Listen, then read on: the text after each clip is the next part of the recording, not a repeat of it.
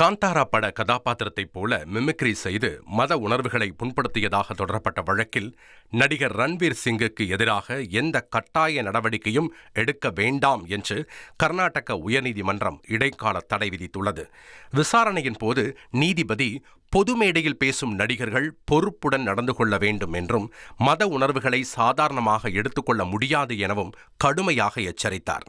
கோவாவில் நடைபெற்ற 56வது இந்திய சர்வதேச திரைப்பட விழாவில் நடந்த நிகழ்வை தொடர்ந்து ரன்வீர் சிங்குக்கு எதிராக எஃப்ஐஆர் பதிவு செய்யப்பட்டது.